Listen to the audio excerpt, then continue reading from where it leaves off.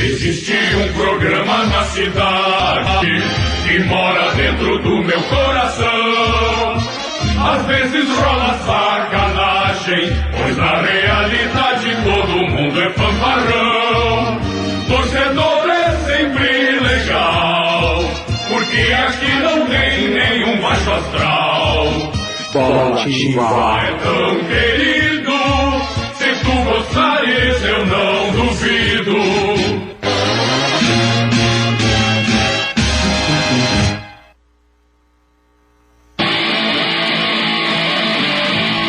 É isso aí, pessoal, estamos começando mais um programa Bolativa, começando o mês de junho, com o pé direito, com o pé no Bolativa, nova onda do esporte aqui da Rádio Ativa FM 87.5, a primeira do seu rádio, do seu coração.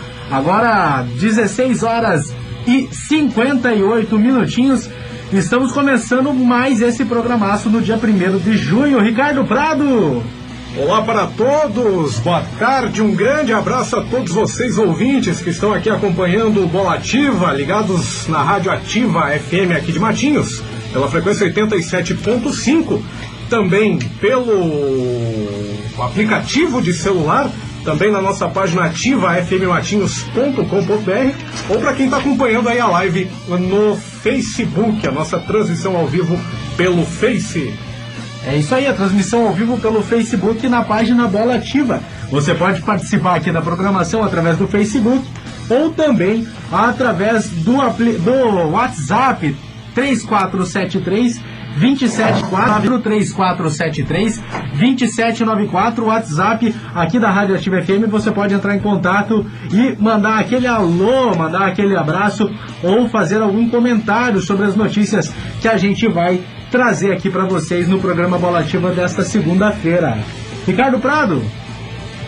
Pois muito bem, a gente já vai começar aqui a girar para você os destaques de hoje, mas antes eu quero lembrar a você empresário, você empreendedor aqui de Matinhos, se tiver a fim aí de colar sua marca com a gente, aqui associar a sua marca ao nosso programa, anunciar aqui com a gente, procure-nos. Os canais de comunicação são o e-mail, o bolativa@gmail.com, também a nossa página de Facebook, facebook.com/bolativa, manda uma mensagem inbox pra gente, ou então pelo WhatsApp no 993-0051.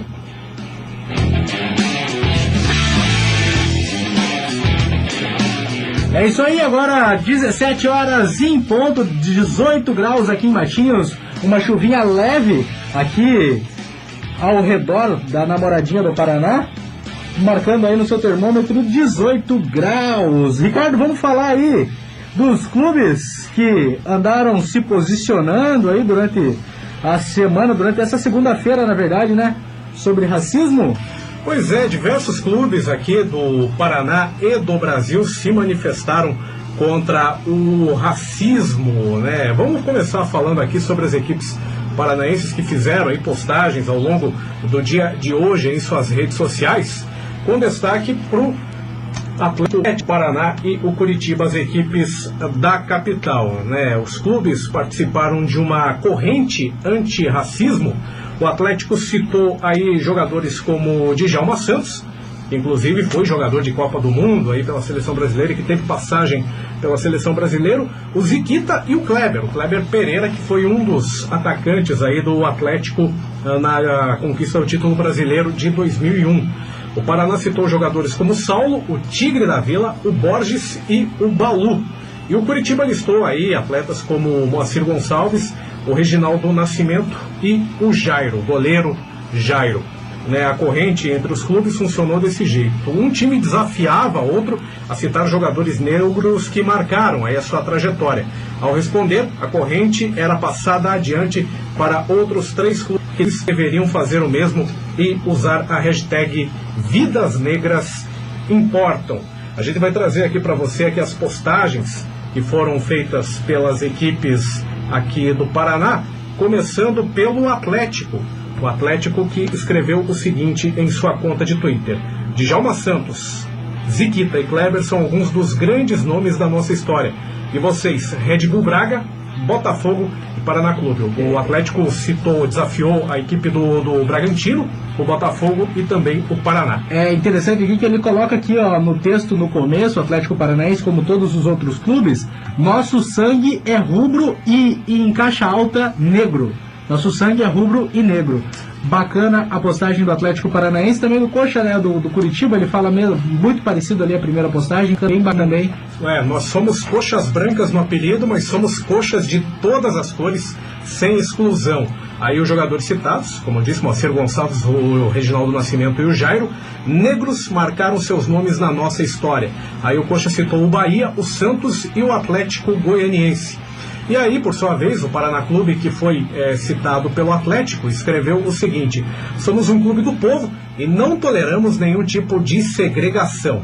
Aí citou o Saulo, o Borges e o Balu, que marcaram aí seus nomes na história do Paraná. O Coritiba, ou melhor, o Paraná Clube, que acabou citando o Coritiba, o Palmeiras e o Cruzeiro. Nesse desafio aí, o Vidas Negras importam. Ricardo, esse desafio gerou uma proporção tão grande em todos os esportes, não só no futebol, mas no Twitter foi um dos assuntos mais falados aí nessa segunda-feira.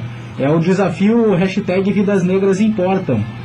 Exatamente, né? Várias modalidades esportivas acabaram aderindo a isso, vários clubes de esporte aí, de basquete, de vôlei, inclusive a gente vai falar mais para frente aí sobre o pessoal da NBA. Alguns jogadores estiveram na linha de frente dos protestos que aconteceram ontem lá nos Estados Unidos, mas para frente a gente vai falar sobre isso. Vamos falar sobre isso. Você viu aqui também que o Ceará coloca do povo, né, na sua hashtag ali, somos do povo, Botafogo, aqui temos orgulho de sermos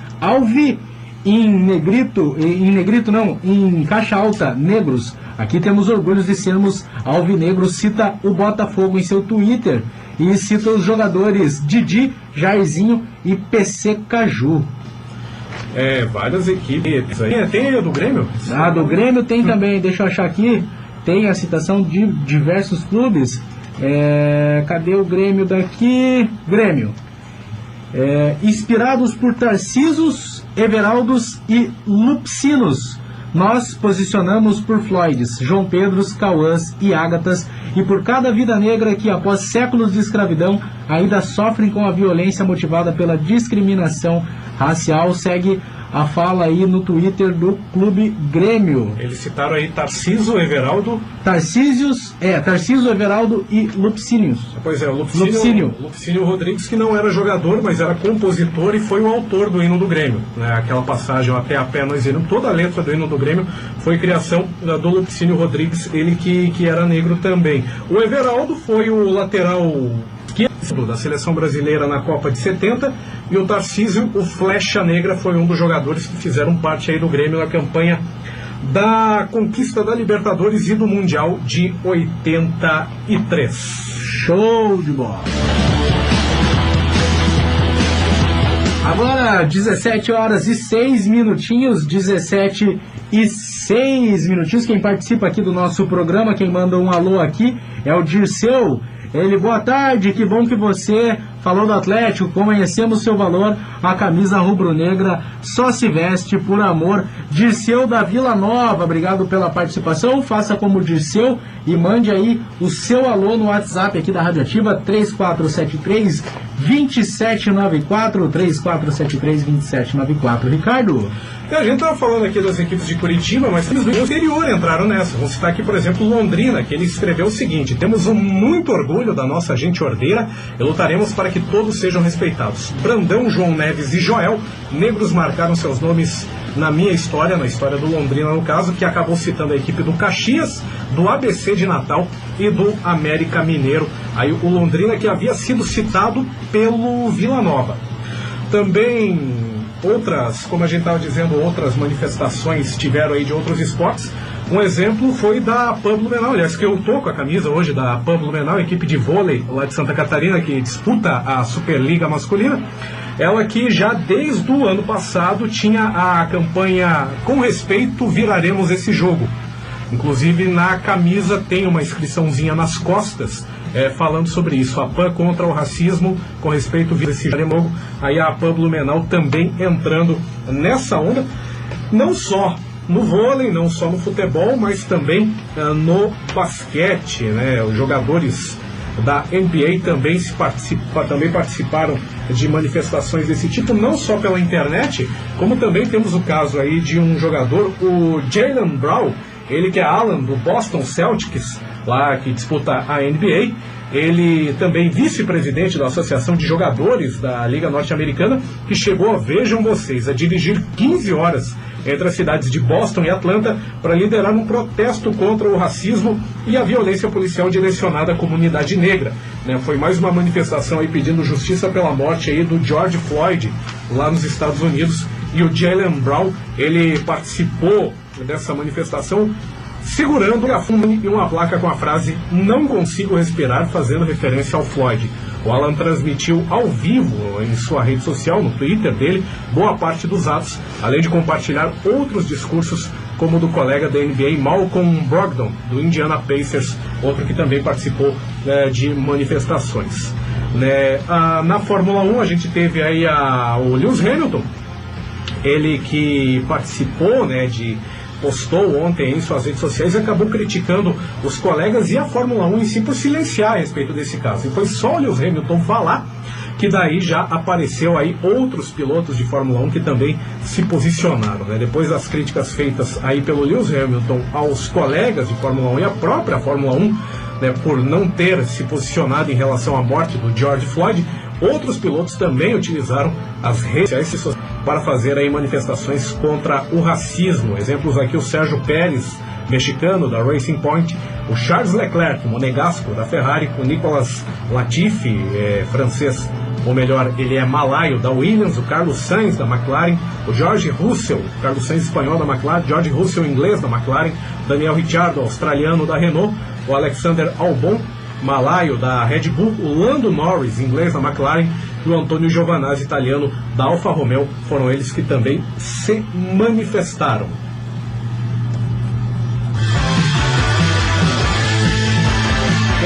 O Charles Leclerc, ele coloca o motivo do porquê não ter se manifestado antes, e na sua fala ele diz o seguinte: "Para ser completamente honesto, me senti fora do meu lugar de fala e desconfortável para compartilhar meus pensamentos nas redes sociais sobre toda a situação, e é por isso que não havia me expressado antes de hoje. Estava completamente errado. Ainda luto para encontrar palavras para descrever a atrocidade de alguns vídeos que vi na internet. O racismo precisa ser enfrentado com ações, não com silêncio. Por favor, participe ativamente, envolva e incentive outras pessoas a espalhar a conscientização. É nossa responsabilidade nos manifestar contra a injustiça. Não fique calado", disse Charles Leclerc em sua conta no Twitter, após aí Lewis Hamilton instigar os pilotos da Fórmula 1 a comentarem um assunto que está em pauta já em todos os esportes que, por sua vez, não estão funcionando com as suas atividades normal, pelo caso do George Floyd, que causou toda essa repercussão. Foi o caso de Floyd, que sofria de uma doença arterial coronariana, e a doença cardíaca hipertensiva. Ele morreu asfixiado por um policial na cidade de Minneapolis, no estado americano de Minnesota. O oficial ficou durante 8 minutos e 46 segundos pressionando o pescoço do homem negro de 40 anos com o joelho. Imagens foram divulgadas da brutalidade e posteriormente o policial acabou preso pelo crime. Isso gerou aí uma repercussão gigantesca no mundo do esporte e também nas cidades aí nos estados dos Estados Unidos da América. Aí a manifestação aí de vários atletas. Só quero aqui corrigir rapidamente, eu falei que o Nicolas Latifi ele era malaio, na verdade o Alex Albon é malaio, o Latifi é canadense.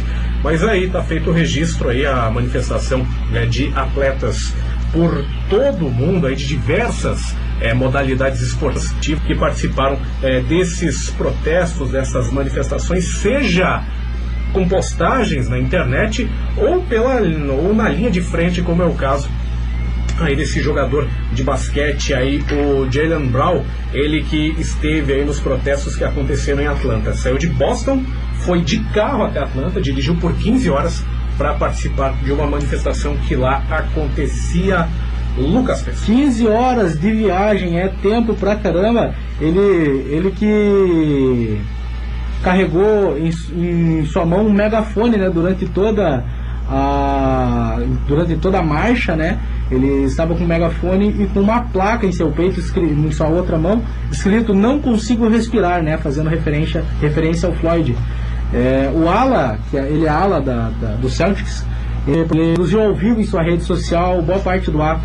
Então tá registrado no Twitter aí, quem quiser assistir a passeata, né, o ato que o jogador participou em Atlanta, tá registrado no Twitter do jogador. É o Jaylen Brown. Inclusive eu vou até aqui achar a arroba dele no Twitter para quem. A arroba dele é FCHWPO. FCHWPO, exatamente. Aí twitter.com/FCHWPO. Essa é a arroba aí do Jaylen Brown em seu Twitter.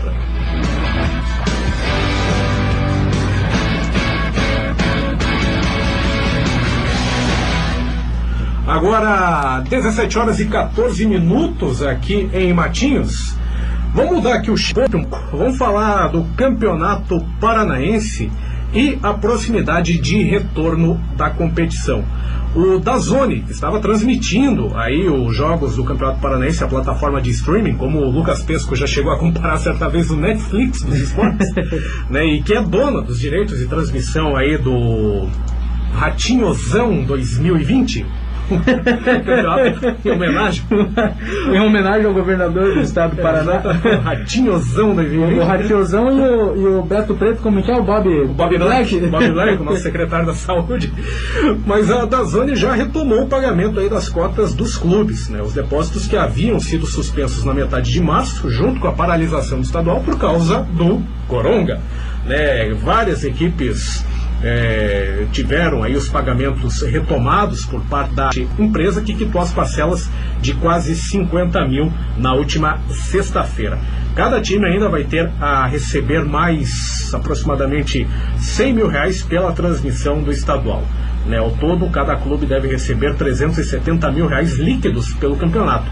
A DAZN havia suspendido o repasse das cotas ao fim de março, né? A reportagem que foi produzida aqui pela Gazeta do Povo diz que os dirigentes confirmaram que há um encaminhamento para que a DAZN pague os atrasos assim que a volta do campeonato for formalizada.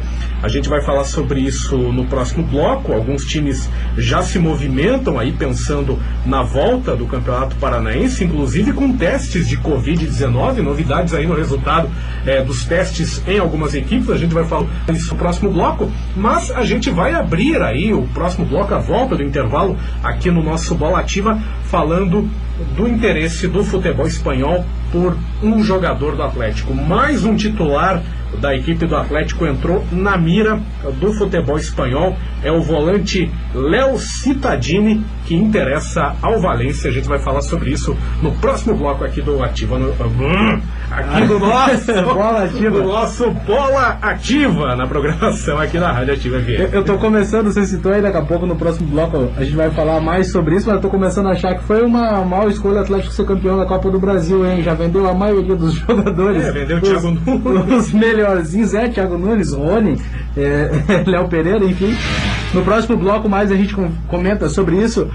O Ricardo fala aqui do DAZN. Hoje eu, lendo a reportagem DAZN, né, você comentou, e é um nome meio estranho, porque se escreve D-A-Z-N, e eu fui pesquisar como é que pronunciava, e ele vem de Azona, né, DAZN. Então, aportuguesado se chama DAZN. A leitura é meio estranha, mas o nome correto a se falar, segundo os executivos da empresa, é DAZN no português. Vamos para um pequeno break, né, Ricardo? Voltamos já. No próximo bloco a gente traz mais informações do mundo do esporte para você. Fique ligadinho aí, 3473-2794, participe aqui da programação, ou também pela live no Facebook do Bola Ativa. Você pode participar, mandar aí seus comentários sobre o programa, que vai ao ar amanhã, através do podcast aí do Bola Ativa. Qual que é o URL aí, Ricardo? Sabe que, na verdade, ele é do Facebook, quer dizer, do YouTube não tem assim uma URL definida. Na verdade tem, aquela...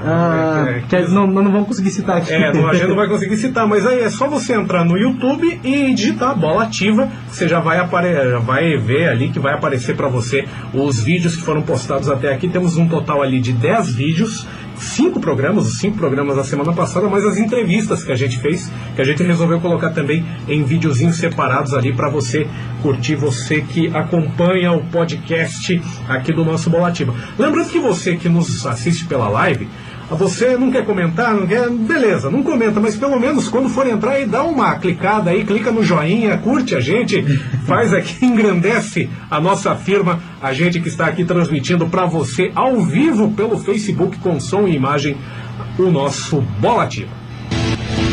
É isso aí, vamos para um pequeno break de apoio cultural e voltamos já com mais programação do esporte para você.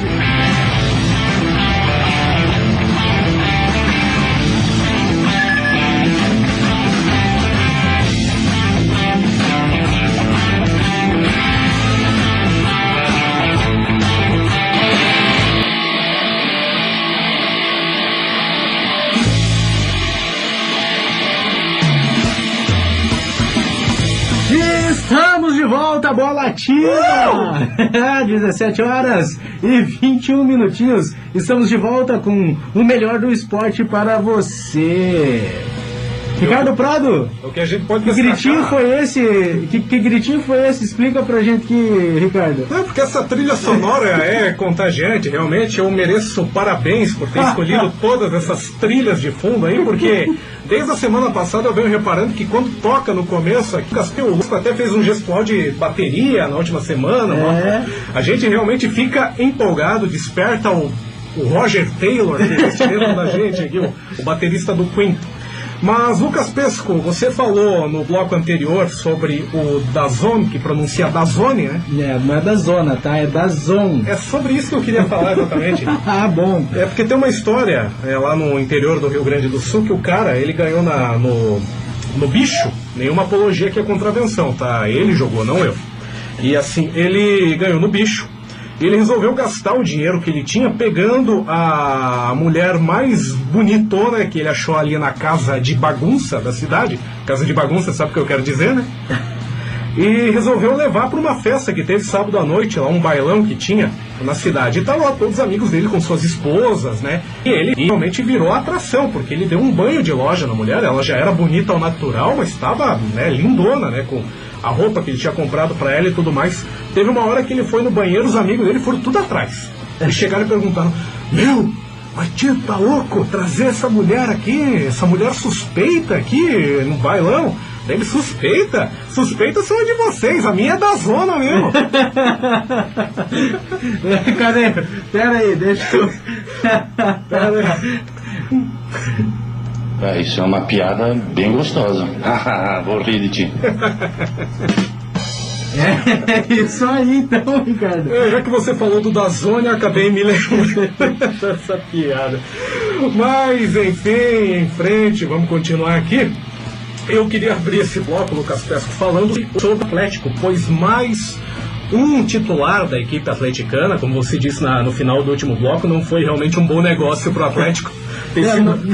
Não está sendo, não. Agora se perdeu o Léo Cittadini. Porque perdeu aqui o Léo Pereira para o Flamengo, perdeu o Rony para o Palmeiras, o Bruno Guimarães para o Lyon, o Robson Bambu, que foi para a França também, o Bruno Guimarães para o Lyon, o Robson Bambu para o Nice, o Thiago Nunes foi para o Corinthians, e segundo o UOL Esportes, o volante Léo Cittadini vem recebendo sondagens do Valência da Espanha.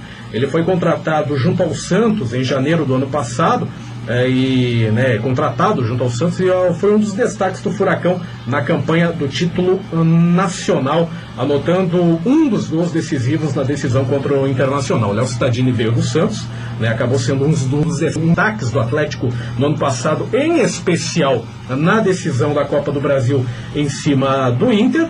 E aqui diz o seguinte: o cenário da crise financeira oriunda da pandemia do coronavírus torna qualquer investida forte do futebol estrangeiro praticamente impossível de recusar. Contudo, o Furacão não tem planos de negociar o volante, considerado essencial por Dorival Júnior. O próprio treinador pediu aos dirigentes do clube para que façam um esforço pela permanência do atleta, tendo em vista que o rubro-negro já perdeu 5 titulares do time campeão na temporada passada. E o Dorival Júnior dizendo para a diretoria atleticana: se rasguem, se escabelem, mas não deixe o Cittadini ir embora, pelo amor de Deus. Tá com moral o menino, hein? Tá com moral. O Dorival Júnior pediu para ficar. Agora quero ver o que o nosso presidente Petralha vai dizer.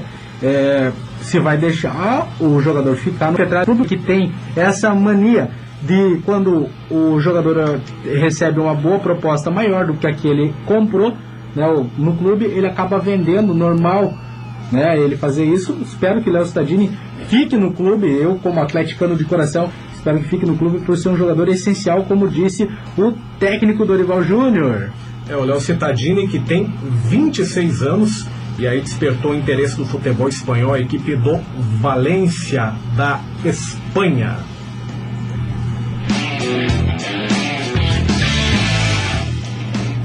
Agora 17 horas e 26 minutinhos, a gente está ao vivo aqui na live, tem 4 pessoas assistindo.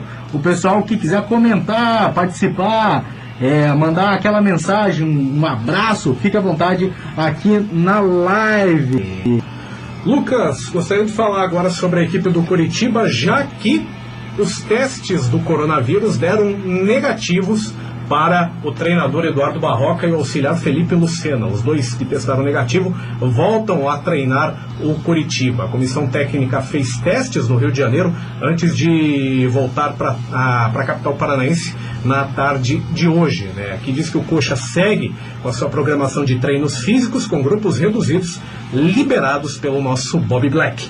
Hoje, o técnico Eduardo Barroca e o auxiliar Felipe Lucena retornaram a Curitiba depois de, no Rio de Janeiro, testarem negativo para a Covid-19. O treinador disse o seguinte: o Curitiba está encarando o retorno aos treinos da forma mais humanista possível. Passamos pelos treinos online, que durará 21 dias, e iniciamos os trabalhos físicos com jogadores divididos em grupos. A gente ainda não tem capacidade de pensar em nada coletivo, foi o que disse para a reportagem do Globo.com o Barroca, já que o Coxa realizou aí 50 testes e fará mais 10 em funcionários do clube nos próximos dias.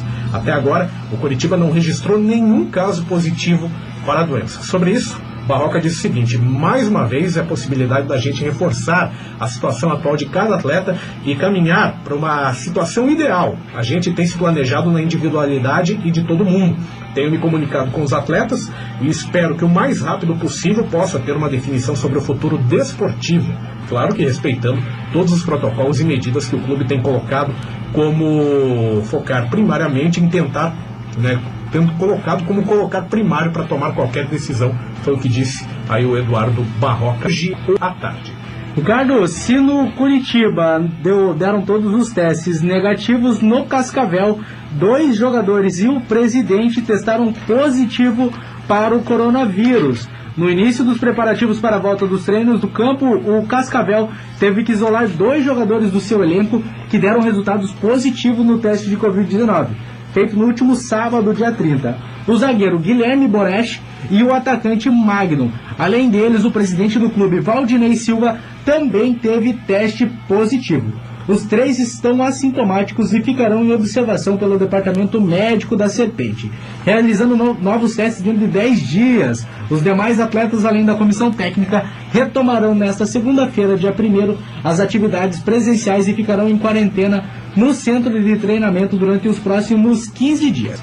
Segundo o médico do clube, ele diz o seguinte: olha, estamos cumprindo rigidamente os protocolos estabelecidos pelas autoridades de saúde e todas as providências necessárias estão sendo realizadas para proteger aqueles que trabalham diariamente no clube.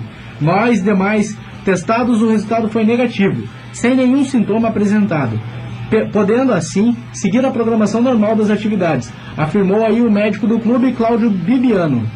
Bibiano, que não é Bebiano. Bibiano. Não é parente lá do Bebiano. Gustavo Bebiano.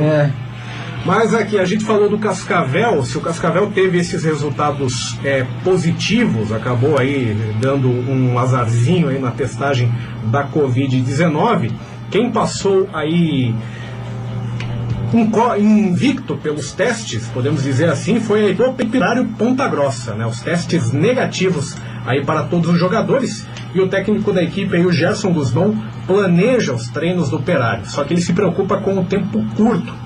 O treinador vê que o tempo de preparação previsto não vai ser o ideal. A equipe volta aí aos treinos presenciais após 2 meses e meio se preparando para as quartas de final do Campeonato Paranaense, ao Operário Ponta Grossa, que também está na Série B. O Gerson Guzmão fez a seguinte análise: um tempo muito curto. É bem diferente de uma pré-temporada, como teve no início do ano, que consegue trabalhar tudo e com todos os atletas desde o primeiro dia. Agora é uma parada de praticamente 2 meses e meio, e você tendo que voltar gradativamente com treinos individuais. O tempo é bem longe do ideal, porque se precisa, mas também não tem como exigir muito tempo, porque sabe que isso pegou todo mundo de surpresa.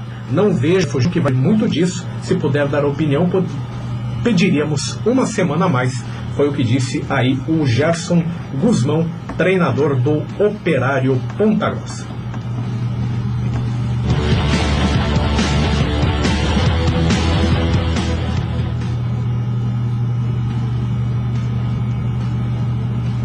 Ricardo, vamos falar aqui do Rio de Janeiro, que somam 157 casos positivos, né, nos clubes, não estou falando aqui em 157 atletas, mas 157 casos positivos nos clubes do Rio de Janeiro. É o que constatou uma bateria de exames lá das equipes cariocas. Como disse aí o Lucas Pesco, 157 casos positivos, um índice de 18,6% dos testados. O Vasco aí tem quase a metade de todos os examinados no futebol carioca. Ao todo, pelo menos 44 atletas vascaínos tiveram resultado positivo, mas a maioria já é assintomática e está imunizada. Até agora, 10 clubes fizeram testagens, no número total de 841 exames. O Madureira fez 40 exames, mas não divulgou os resultados. No Rio de Janeiro, a FERJ, a Federação do Estado do Rio de Janeiro, comprou 700 testes desse tipo, fazendo nas últimas semanas testes em quase todos os times pequenos. Estava prevista a realização de testes no Resende, mas com o elenco e comissão técnica desmanchados, esse teste aí na equipe do Resende foi cancelado. De encontro a isso, a Prefeitura do Rio de Janeiro prevê jogos com 1/3 do público a partir de julho.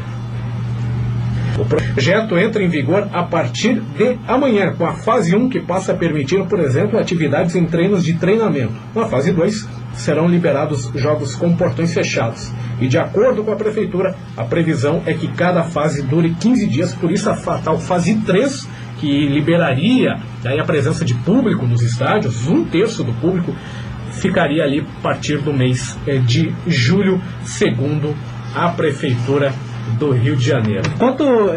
Pensando 1/3 do público do Maracanã, daria em torno de 22 mil pessoas, em média. Por aí.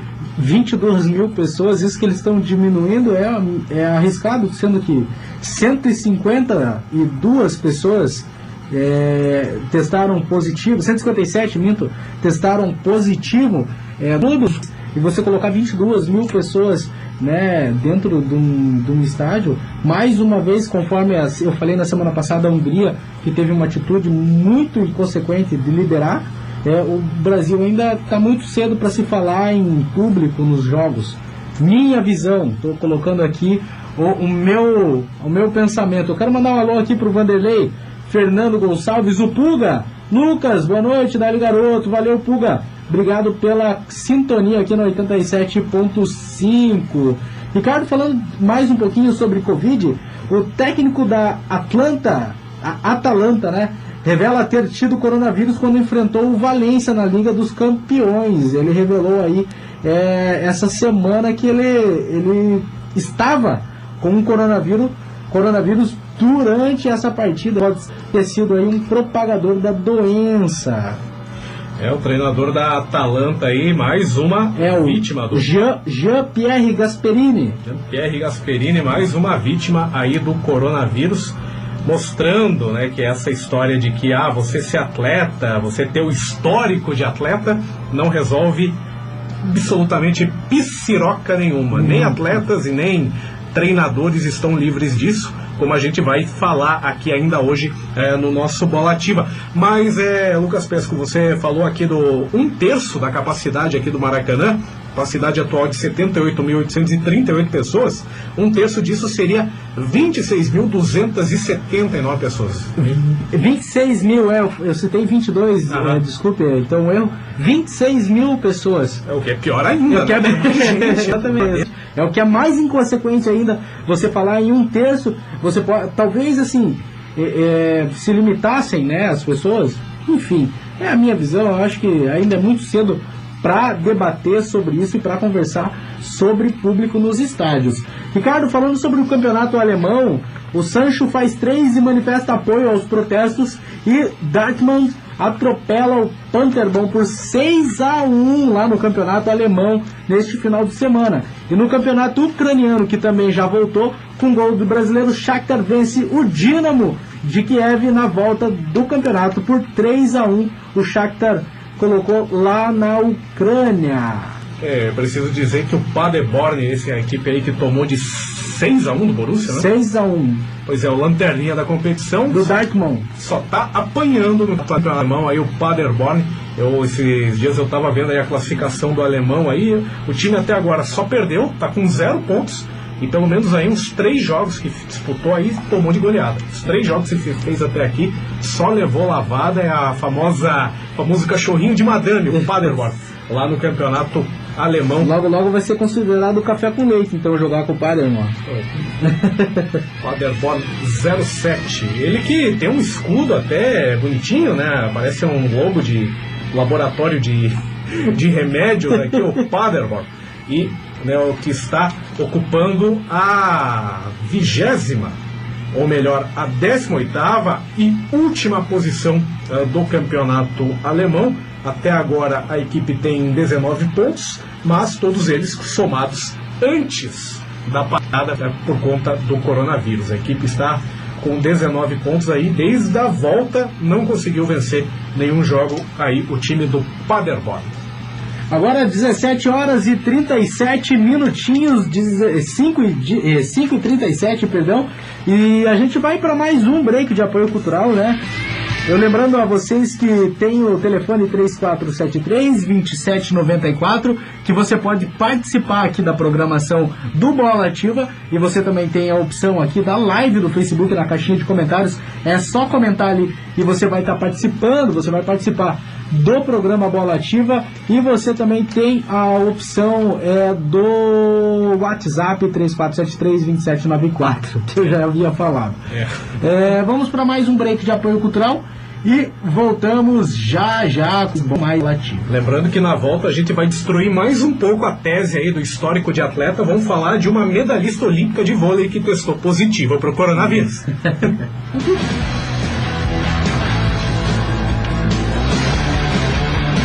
Contra fatos não há argumentos, né, Ricardo? Tá ok? Tá ok.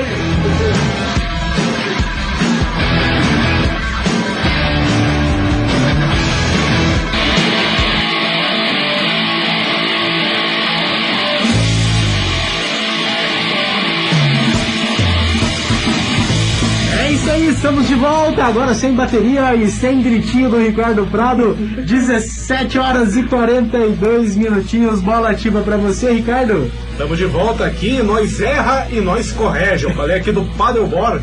Ele disse que tinha perdido todas as partidas do retorno no campeonato alemão. Na verdade não, ele perdeu uma, que foi ali pro Borussia Dortmund, tomou de 6-1, mas nos outros jogos também não foi muito bem. Empatou em 0-0 com o Fortuna Düsseldorf e com Augsburg, e empatou em 1-1 com o Hoffenheim. Ou seja, conseguiu 3 pontos em 4 jogos, mas a equipe ainda continua como lanterna do campeonato alemão aí, com 19 pontos, desses 3 somados depois da volta da parada, né, por conta da pandemia. E aí o 3 obtidos aí em 3 empates, 2 0-0 e 1-1. Opa, fica até difícil falar. E além da derrota aí, da goleada, né, chocolate, da esfregada, né, como como que é o nome o inesquecível Incrível Hulk? Tata Maravilha. Tata Maravilha dizia que o gol é o orgasmo no futebol, certo? Certo. Então o Paderborn tomou um bucaque esse fim de semana, levou de 6-1 da equipe do Borussia. E vocês que estão aí com a live aberta, vai na outra aba, vão ali no Google e procura bucaque, pra vocês saberem atrás. Falando em quem tá na live aí, o Thiago Tischer Coelho, bola ativa, estamos na área. Valeu, Thiago Tischer, que tá na live aí, acompanhando a gente. Ricardo, vamos, a gente falou no bloco anterior aí que o histórico de atleta não livra a pessoa de contrair o coronavírus, e você comentou sobre a medalhista olímpica do vôlei que testou positivo com o coronavírus. Fala mais sobre isso pra gente. Pois é, foi a Virna, ex-jogadora de vôlei da seleção brasileira, ela que testou positivo aí pro Covid-19, e a informação foi dada pela própria ex-atleta. Ela publicou um vídeo em sua conta no Instagram, isso ontem no domingo. A Virna foi medalhista de bronze nos Jogos Olímpicos de Atlanta e de Sydney, ganhou 2 bronzes aí com a seleção brasileira e esclareceu que pertence ao grupo de assintomáticos, já iniciando aí o período de isolamento. A Virna escreveu o seguinte: hoje eu não tenho uma notícia boa para vocês. Acreditam que estou com Covid-19? Estou assintomática, não sinto nada, graças a Deus. Eu já estou isolada no meu quarto, vou ficar aqui 15 dias quietinha. Estou sendo acompanhada por um infectologista que está me dando todo o suporte, mas estou muito bem. Eu quero pedir encarecidamente para vocês se cuidarem. Aí a Virna, que ela, se você for ver aí as postagens dela nas redes sociais e tal, ela deixou de jogar profissionalmente, mas ainda continua se cuidando bastante, ainda continua com um físico de atleta, e mesmo assim acabou aí sendo acomedida pelo Covid-19. Mais uma amostra que o histórico de atleta não resolve nada, não livra ninguém de pegar o coronavírus. Aí a crítica do jornalismo jovem da Radioativa aqui.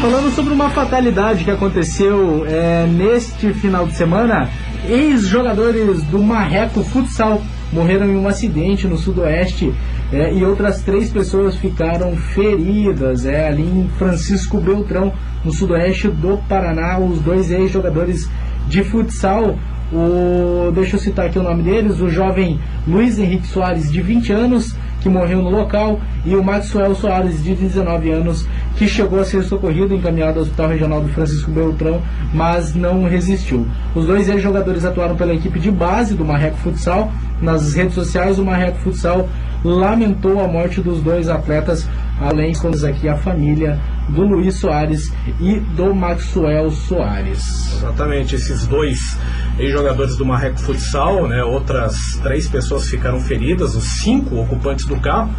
A Polícia Rodoviária Estadual informou que o veículo saiu da pista e bateu em um barranco próximo a um trevo de acesso à cidade de Verê.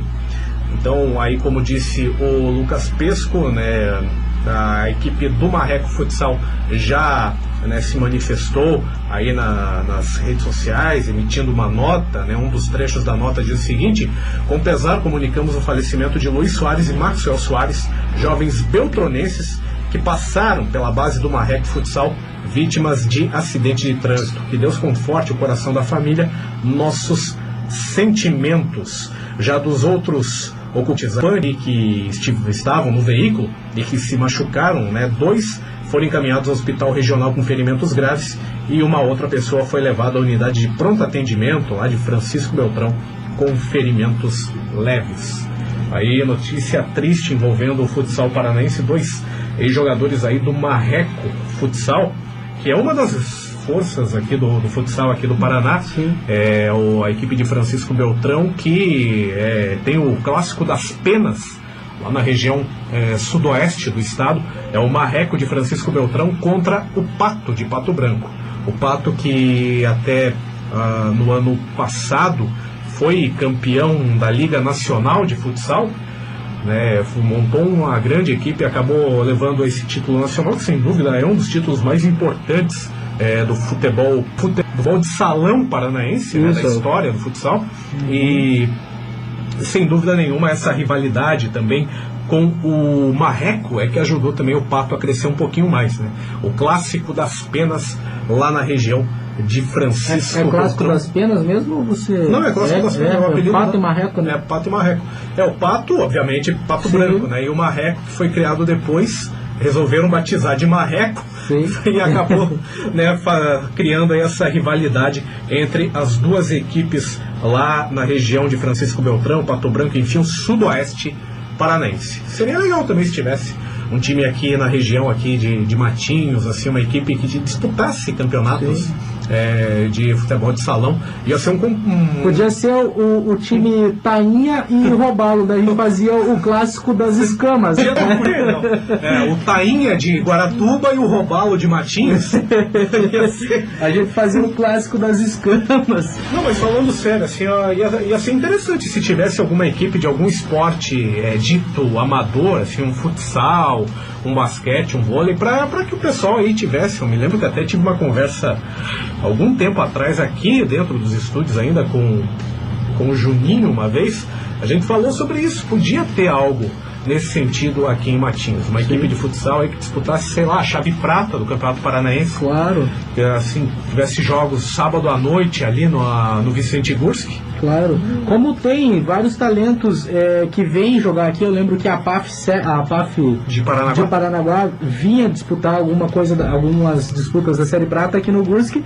O Matinhos, infelizmente, ainda não tem time à altura. Ricardo, o Zóio de Fusca, ele mandou aqui no grupo da rádio. Ô Zóio, tá no grupo aí, cara. Aí, camarada, tô na escuta, mas você mandou no grupo, mas não tem problema não. Nós estamos aqui te mandando um alô, Zóio. Alô, Zóio, um abraço pra você. Falando em grupo da rádio aqui, daqui a pouco tem Lúcia Soltelo pra você aqui que tá acompanhando. Daqui a pouco mesmo, porque agora já são 17 horas e 50 minutos, né? Já estamos chegando ao fim do nosso programa, ao fim do último bloco e ao fim do programa Bola Ativa, que amanhã com certeza estaremos de volta aqui às 17 horas trazendo o melhor do esporte para você. Antes da gente ir embora, trago aqui uma última informação aqui que sabe o Pepe Guardiola, treinador? Pois é, o irmão dele, uma empresa aqui no Brasil, e elogiou as gestões do Flamengo, do Palmeiras e aqui do Atlético. O Pere Guardiola, né, criou aí uma empresa que vai trabalhar na gestão de carreiras de atletas e treinadores brasileiros. Ele acabou elogiando, né, a gestão de vários clubes brasileiros, em especial aí o Palmeiras, o Flamengo e o Atlético. O Atlético aqui do Paraná, né, o Atlético Paranaense. Ele disse o seguinte: vimos o Flamengo e o Atlético com uma ótima gestão. Tem o Palmeiras, que é um clube enorme. É como aconteceu na Europa. Os processos foram se tornando mais profissionais. Não tenho dúvidas de que no Brasil o caminho será o mesmo, afirmou aí o Pere Guardiola, ele que é irmão do Pepe Guardiola, e também falou sobre o irmão dele. O seguinte: Pepe tem o sonho de comandar uma seleção nacional algum dia, falando aí sobre o irmão dele aí, o Pere Guardiola. Show de bola, obrigado pela informação aí, Ricardo, trazendo no finalzinho aqui o comentário também do Thiago. Olha só, ele fala o seguinte: muito bom esse jornalismo jovem da rádio. Estou adorando o programa. O Ricardo riu porque o Ricardo também é jovem. Continuando a frase aqui: estou adorando o programa, informações com bom humor. Continuem assim, obrigado, Thiago, pelo feedback aí, show de bola. A gente fica muito contente com esse tipo de comentário. Sempre importante frisar que você que está acompanhando o nosso programa, a gente está totalmente aberto aqui para construir junto com vocês o programa, para esses comentários construtivos. A gente está sempre muito aberto, né, Ricardo? Eu também aproveito para agradecer aí o comentário do nosso ouvinte, o Thiago, lembrando que aqui vale a máxima do saco de pão, né? Por que saco de pão? Servir bem para servir sempre. Ah, bom. Show de bola. Valeu, Ricardo. Valeu, Thiago, pelo comentário. E a gente vai chegando ao fim, então, de mais um programa. Semana que vem, acho que eu estou no Lucas Pesco Nativa. Amanhã a gente está de volta aqui às 17 horas com mais programação aqui do Bola Ativa e também com o podcast amanhã pela manhã, pela tarde. Você já pode procurar no YouTube o podcast do programa de hoje para você ouvir na íntegra aí todas as informações dessa segunda-feira. Fique agora com a Hora do Ângelus. Uma boa noite e até amanhã. Até amanhã, rapaziada. Um abraço.